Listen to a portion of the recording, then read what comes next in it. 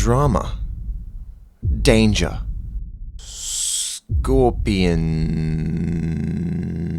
Escape from Scorpion Island is the best children's TV show ever, and I know because it's only been a decade since I was a children. The show was made between 2007 and 2011, and featured a select number of British and Australian kids perform various adventurous challenges in the hopes of escaping Scorpion Island, a landmass inhabiting the Atlantic, I think, which is perfectly in the shape of an actual scorpion. A bit lucky for the showrunners that actually exists. Every season had a twist and story about the mysterious powers and past of this island. Season 1 had them race up a mountain at the end to escape. Season 4 had treasure left behind by some ancient individual. I forget what Season 3 and 5 did, but that doesn't really matter because the peak of both the show and humanity as a whole can be found in Season 2. Hi, I'm JK. And I'm Joel. And this is Scorpion Island. I'm not lying when I say Season 2 of Escape from Scorpion Island is the greatest thing ever. Never before and never again has such a show encased such entertainment and intrigue. Survivor? Gross. I'm a celebrity, get me out of here.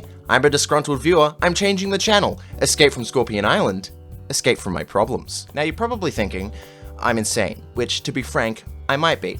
Other videos on this channel serve as great evidence, but to do this piece of golden television justice, I've decided to go through every single episode that I could find on YouTube individually and let you experience the show just like how I did those many years ago. I'm doing this and it's going to be fun. I swear you will enjoy it. Don't click off or I'll cry.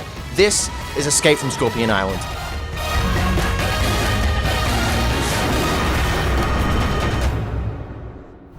To begin, let's talk about how this season operates. Like every season of the show, you have two teams, Sting in orange and Claw in blue, who want to escape the island. The thing that makes this season special, and so good, is how they escape. We start the show off with only 3 kids on each team. Sting has Cameron, Livy, and Alex, whilst Claw has Sammy, Tara, and Jake. You see, Jake is throwing gang signs because he's one with the streets. But they aren't the only children in this game. In fact, 10 more kids are in what is called Limbo, which they really want you to see as some sort of dreary and dark place given how they talk about it. In Limbo, there are no rewards. The inmates do battle just to hang on to the basics. Juvenile Alcatraz. For these Limbo captives, the only means of escape is by either joining Sting or Claw. And just guess how Claw and Sting win those Limbo captives. The challenges! Yes, it's the challenges. Whichever team wins an episode's challenge wins a human prize. Is that a weird way to talk about a Limbo captive? Maybe, but the show does it anyway. The winners will be offered up as human prizes. Once every Limbo captive is in either team, they'll then attempt the escape from Scorpion Island, which will then favour strength in numbers, so whoever has more team members has a better chance of winning. But before we get there, we have all of the show to get through, so let's first meet some of the Limbo captives. Right now, they're trying to send a message through Morse code. We are stuck in Limbo, being held prisoners on a mysterious island. Even at the very beginning, you can see some personalities shine through. We've got to split ourselves up into 2 teams. Ollie was the leader because he went up and found out what the challenge was, what we had to do, and what the forfeit was.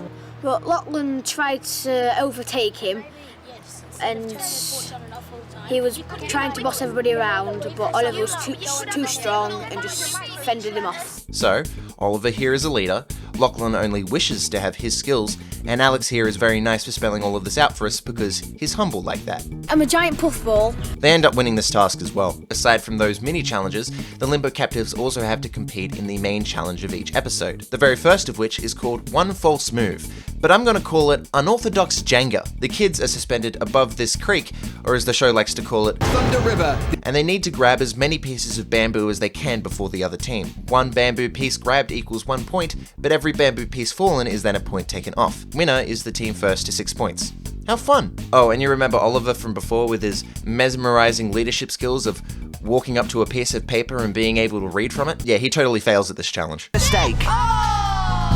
Very clumsy. That failure actually means that the other team wins and have the chance to be chosen as a human prize for Sting or Claw. The hosts then make the captives beg to both teams in person, which is only slightly awkward. I think I'm quite a physical person. I like sports. Just please pick me, because I really, really want to get out of Limbo. Sting chooses Anna, and Claw chooses Kai. And Vengeance will choose Lizzie.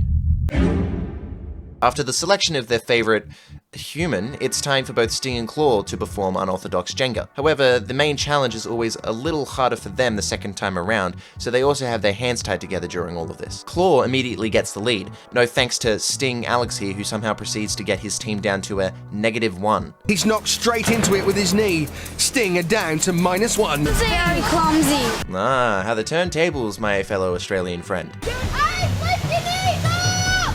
Lift your knees up! Keep your legs up! If we can't put you down, your knees will get them! I don't know about you, but I think Livy wants Alex to get his legs up. If you didn't hear that, that was Alex, lift your knees up. I am well aware that she said that, thank you. It takes Sting 3 goes to get a single point on the board thanks to Mr. Very Clumsy here, and Claw are way out in front. Apparently they also knock a few down here too.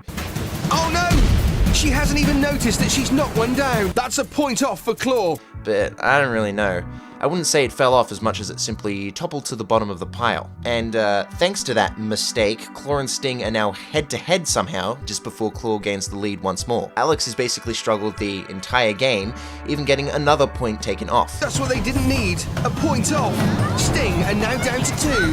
Very clumsy. That marks a 3rd time that he is completely biffed it. Sammy, the only professional, I guess, tries again, getting Claw only 1 point away from the end goal of 6. If Sammy can get one more pole, they've won. And from this point on, it's basically in the bag that Claw are gonna win, right? Kai is gonna be freed from limbo, they're gonna have a 4th member, so you would think that we'd be able to wrap it up right here. That is not how things end up. People make mistakes. No, it's too unstable! Oh no! No! That's great news for Sting. He's taken them to 5. He's done it. 6 points to Sting, and they are the winners. Yeah, so somehow, Sting won. It's game over. Even with Alex here knocking over 3 sticks on 3 different occasions, Sting still wins. I mean, look at this idiot. You're telling me he ended up victorious? Trash, I tell you, trash. Well, because of that tragedy, it's Anna who becomes the first limbo captive to escape and join Team Sting, meaning there's now 4 on their team and 3 still on Claw. At the end of the day, both teams eventually make their way to the island campfire, and it's here that we find out who is going to be the team leader for the next day. Claw gets Jake, and Sting dunks on them, with their newly freed 4th member, Anna, becoming leader on her very first day. What qualities do you think you need to have? I think you need to be pretty loud. Anna will do nothing but scream at everyone in the next episode. All good? Yep. Looking to add some new players? Yes. You need to win challenges to do that. Hey, they know that, dick. You're really doing them dirty right now. They're grieving, my guy. Truly grieving. And with that finished, the first challenge and episode is finally over. And I don't know about you, but Sting are pretty lucky that they won at all. At every point in that game, they were behind Claw. If Sammy hadn't slipped up only slightly, then Kai would be out of his mousetrap cage and be standing right next to Jake. Claw is definitely the stronger team out of the 2 in my opinion. And they'll spend the entire rest of the series just ranking up Limbo Captive after Limbo Captive, and Sting would be left in the dust with a loud Anna and Alex's drooping legs. Mark my words, this is exactly how the series is going to be, no doubt about it. Oh, look. A 4 with a shadow is here. I wonder why. Next time on Scorpion Island, someone vapes a mad cloud inside the stone hut. Multiple skulls are found around the island without anyone looking into the reason why, and Jake will not stop looking at his feet.